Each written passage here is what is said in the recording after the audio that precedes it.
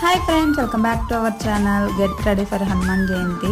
కింద పూజ ఉందని చెప్పేసి మా అక్క లేపేసింది ఉదయాన్నే. ఫస్ట్ నువ్వు రెడీ అవ్వు అని చెప్పి నేను రెడీ అవుతేనే ఇంక ఇంట్లో అందరు రెడీ అయిపోయినట్టే అనమాట. ఎందుకంటే అంత లేట్గా రెడీ అవుతాను నేను.